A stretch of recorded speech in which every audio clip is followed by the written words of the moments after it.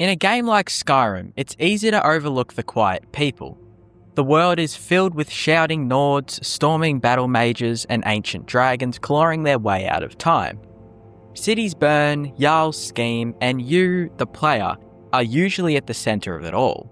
But if you ever stop sprinting from one quest marker to the next, if you wander off the beaten path, sometimes the world lets you find something else. Something forgotten. And something small. Not magical, not dangerous, just quiet and strange. If you walk through the mountains, you will come across him, in his little shack, isolated in the hills. And that's what might make him the loneliest NPC in all of Skyrim. Froki's shack is exactly what it sounds like. A tiny wooden structure half collapsed and huddled against the cliffs in the southern mountains of Skyrim. It isn't near a road, it isn't near a town, it isn't even on the way to anything really. There's no marker, no reason to come here, just stone, snow and silence. If you do find it, it's probably by accident. Maybe you were scaling the cliffs looking for the Shrine of Talos. Maybe you were chasing a fox through the trees. Maybe, like me, you were just bored of fast travelling and wanted to see what lived in the margins of the map. And then you see it. A shack, a fire, some smoke, a sign that someone actually still lives up here.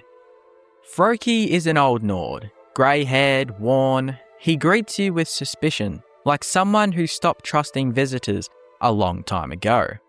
He wears simple clothes, no armour, no rings. He's not a quest giver in the traditional sense. He doesn't beg for help or praise your accomplishments. He just sits near the fire watching the wind cut through the trees. But if you talk to him, if you really stay for a while, you'll learn that Froki used to be something more. A hunter, a soldier, a worshipper of the old gods. A man who once fought for Skyrim, but who gave up on it a long time ago. He's one of the only living followers of Kyne, the ancient goddess of the storm and sky, and he teaches her ways to his grandson, Hamming. But that's right, Froki isn't entirely alone, is he? But it still feels like he is. If you've ever played Skyrim from the start, Hamming might sound familiar. He's one of the first NPCs you ever meet, a child from Helgen who survives the dragon attack at the beginning of the game. You see him escape with his father as the town crumbles. And then nothing. His father disappears, his home is gone, and Hamming is never really mentioned again. Unless, of course, you find this shack. Because this is where he ended up, living with his grandfather in the middle of nowhere. No books, no toys, no friends, just a half-burnt shack, some hunting lessons, and the howling wind. Skyrim doesn't tell you what happened to his father. The game doesn't really care. And maybe that's what makes it worse, because it's not just Froki who's lonely, it's the boy too. Two forgotten characters stitched together by absence. And maybe that's why Froki always seems so angry. Froki doesn't like you. Not at first, anyway. He doesn't trust the companions, he doesn't believe in the 9 divines, and he especially doesn't believe in the Empire. To Froki, Skyrim lost its way when it forgot about the old gods, when it traded the wildness of Kyne for the bureaucracy of the divines. He sees the modern world as weak, corrupt, disconnected from the land.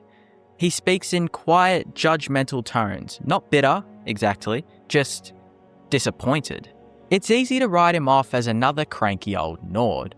But if you listen closely, Froki's anger is grief.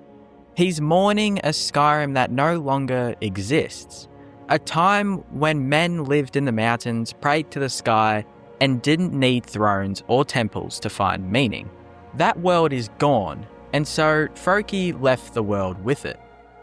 Or maybe the world left him. If you earn Froki's respect, usually by showing interest in Kyne, he gives you a quest, but not a normal one. No kill this bandit or fetch this artifact. Instead, he tells you to visit Kyne's sacred shrines and hunt the guardian spirits that dwell there. It's a simple task. Go to another remote hill, fight a ghost animal, and then return. But the journey takes you across the wildest parts of Skyrim. Deep forests, hidden cliffs, forgotten glades.